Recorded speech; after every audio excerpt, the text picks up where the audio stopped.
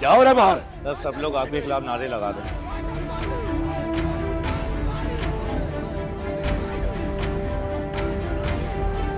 तो मैंने कहा था ना कि मेरे घर के बाहर कोई हंगामा नहीं होना चाहिए। बुलाओ पुलिस को, बुलाओ सिक्योरिटी फोर्सेस को बुलाओ और हटाओ इन सबको यहां से। कल प्रेस कॉन्फ्रेंस है मेरी, जल्दी करो। इडियट, तुम क्या शक्ल देख रहे हो? दबाओ जाओ यहां से।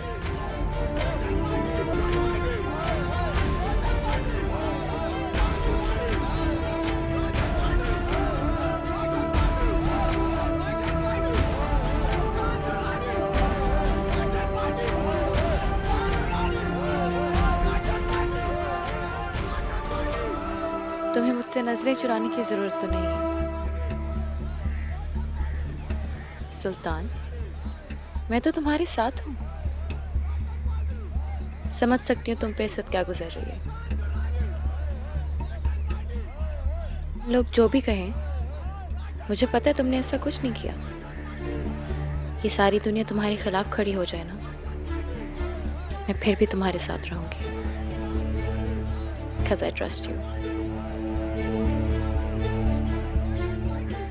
और वैसे भी ये मीडिया जितनी बात बढ़ा चढ़ा के बता रहा है, मुझे लगता है इसमें किसी की बहुत बड़ी साजिश है। लेकिन तुम फिक्र ना करो, मेरी एक फ्रेंड इंग्लैंड में आईटी स्पेशलिस्ट है। मैं उससे कह के ये वीडियो इंटरनेट से हटवा दूंगी। जो होना था वो हो गया है। इस वीडियो को डिलीट कर देने से भी हमारे खानदान की इज्जत और नेकनामी वापस तो नहीं आ जाएगी ना।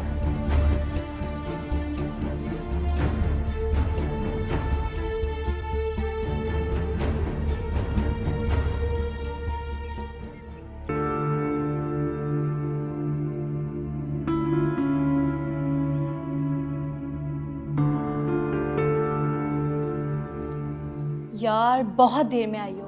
पता है अभी अभी खत्म हुई है प्रेस कॉन्फ्रेंस। किस प्रेस कॉन्फ्रेंस की बात कर रही हो?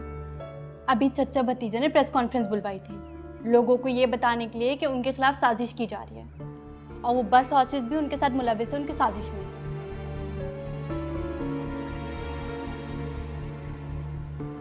ऐसा कहा उन्होंने?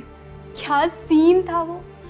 लोग उन पे अंडे टमाटर फेंक रहे थे और एक बंदे ने तो उन पे स्याही भी फेंक दी, वो भी लाइव। अच्छा,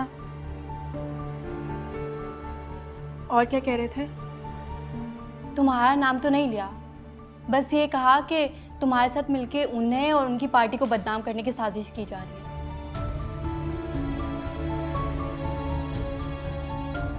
है। फिर क्या, वहां खड़े कुछ लोगों ने नारा लगाना शुरू कर दिया और कुछ लोग उन पे अंडे टमाटर फेंकने लगे। इतना हंगामा बढ़ गया था कि उन्हें प्रेस कॉन्फ्रेंस खत्म करनी पड़ी।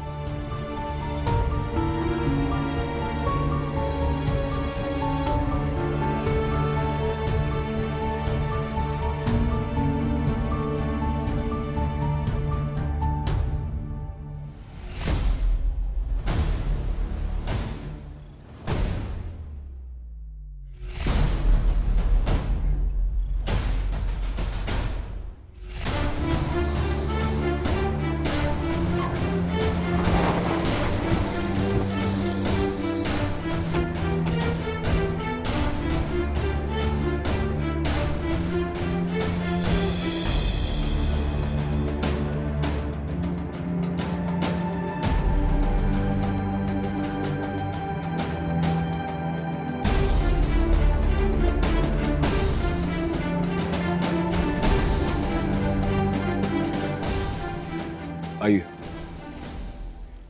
चले घर चले। ये सब अच्छा नहीं हुआ सुल्तान, अच्छा नहीं हुआ। कि मुझे इस बात का इल्म है, मैं आपसे कह रहा हूँ ना, घर चलें, घर चल के बात करते हैं। फोन लगाओ उस लड़की को। एक मिनट, उसे फोन करने की क्या जरूरत है? फोन लगाओ।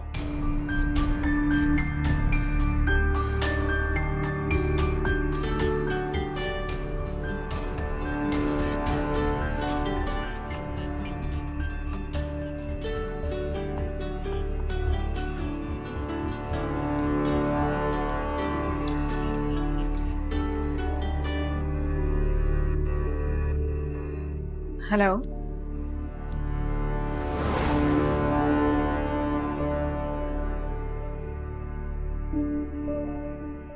मुजद्दद दुर्रानी बात कर रहा हूं। मुझे मिलना है तुमसे। जी, लेकिन आप मुझसे क्यों मिलना चाहते हैं? यह जानने के लिए कि मेरी इज्जत उछालने के कितने पैसे लिए हैं तुमने, और वो कौन लोग हैं जिनके कहने पे तुमने ये जुर्रत की है। देखिए, मैं ऐसा क्यों करूंगी? मैं तो आपको जानती तक नहीं। तुम सोच भी नहीं सकती हो तुम्हारी वजह से जो मेरी जिल्लत हुई है, उससे मेरी पार्टी की कितनी बदनामी हो रही है। देखिए, बदनामी सिर्फ आपकी नहीं हुई, मेरी भी हुई है। बदनामी का खौफ उन्हें होता है जिनकी मुआशरे में कोई इज्जत हो, कोई मकाम हो, कोई नाम हो। तुम जैसी 2 टके की लड़की को अपनी इज्जत और नाम की भला क्या परवाह होगी? मैं आपसे इतनी इज्जत से बात कर रही हूँ और आप हैं कि अपनी लिमिट्स क्रॉस कर रहे हैं। या तुम मुझे बताओगी कि मेरी लिमिट्स क्या है? मेरी बात गौर से सुनो। मैं तुम्हें एक ब्लैंक चेक दूंगा, उसके बदले में तुम एक प्रेस कॉन्फ्रेंस बुलाओगी जिसमें न तुम ये एतराफ करोगी बल्कि हमसे माजरत भी करोगी। जब मैंने कोई गलती की ही नहीं तो फिर एतराफ किस बात का? अगर आपको मेरे बारे में कोई भी शक है तो आप इन्वेस्टिगेशन करवा सकते हैं। और दूसरी बात, मुझे ब्लैकमेल मत कीजिएगा। मैं जानती हूँ आपके पास बहुत पैसे होंगे और आप जो चाहे वो कर सकते होंगे, लेकिन मैं डरने वाली नहीं। मैं हक पर हूँ और मैं जानती हूँ कि मेरा अल्लाह मेरे साथ है। खुदा हाफिज। बहुत ही बददिमाग लड़की है ये। इतनी आसानी से राज नहीं उगलेगी, इसे बहुत भारी कीमत चुकानी पड़ेगी। मुजद्दद दुर्रानी की इज्जत उछाली है इसने पूरी दुनिया में। वो एक बहुत शरीफ और बहुत नेक घराने की लड़की है। वो इन सारी बातों में इन्वॉल्व हो ही नहीं सकती, उसे तो पता ही नहीं है कुछ। तुम तो यही कहोगे ना, आखिर इश्क का भूत जो सवार है तुम पर। अगर इश्क करना गुनाह है तो ये गुनाह मैंने किया है। मैं नहीं जानता उसने मेरी मोहब्बत का जवाब थप्पड़ से क्यों दिया। काश तुमने इतनी गिरी हुई हरकत न की होती तो आज मुझे ये 2 टके के लोगों के सामने जलील तो नहीं होना पड़ता ना। मैं अपनी जिंदगी का सबसे बड़ा जलसा करने जा रहा था, तुम्हारी इस हरकत की वजह से मुझे कैंसिल करना पड़ा है। 5 साल मैंने पापड़ बेले हैं। ये इलेक्शन मेरे लिए कितना जरूरी था तुम्हें अंदाजा ही नहीं है। तुम्हारी इस छोटी सी हरकत की वजह से मेरे सारे किए किराए पे पानी फिर गया है।